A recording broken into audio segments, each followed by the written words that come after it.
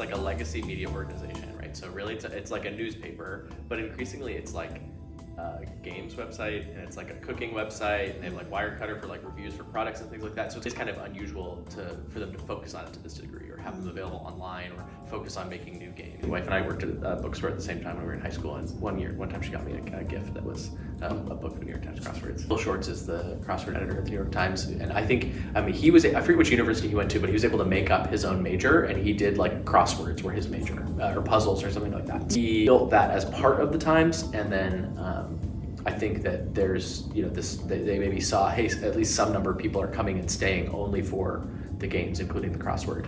Some stats on this. New York Times revenue is like increasingly not from the newspaper part of it. It's like a games company that does news. Both, right? They care about the games, but it's also like really good for business.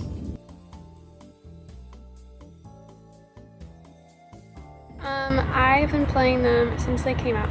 It seemed like a fun, quick little game that you can play. I like Connections. Because I feel like it's more challenging, and you can play with a group of people. Whenever I have like a break in the class, it's just fun to do. I collaborate with other friends who are playing. Like kind of Wordle had its moment. It was like the other big game, and like everybody was playing it, and so I started playing that. I don't know, a few years ago when it first came out. So great about it is, I don't know, beyond just general luck, you might not. I don't think there's a certain way to get like good at Wordle other than playing Wordle. The streak is really important, so I need to be logged in. So I use the app on my phone to make sure I'm always logged in, so that like I don't have to do the Wordle twice. And occasionally I do it on my computer so that I can like play with students. Just try to think about what are common letters and what aren't common letters. I sometimes see when I have like students play Wordle in front of me, they'll like Y's and X's, and I'm like, just like should not be in your first couple of guesses. Like maybe you'll get lucky, but like probably not. Do you have a starting word? I do.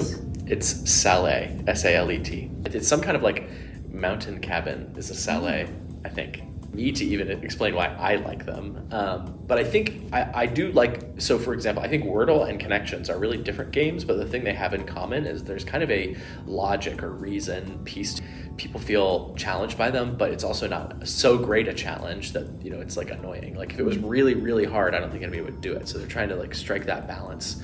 And so there's something about doing something that's like challenging that feels like an accomplishment when you can get the word for Wordle, but it only takes 6 guesses. So, even if you play it, really at a thoughtful, slower pace, it's only going to take you a few minutes to play it. People are always looking for ways to connect, even if it's different over time.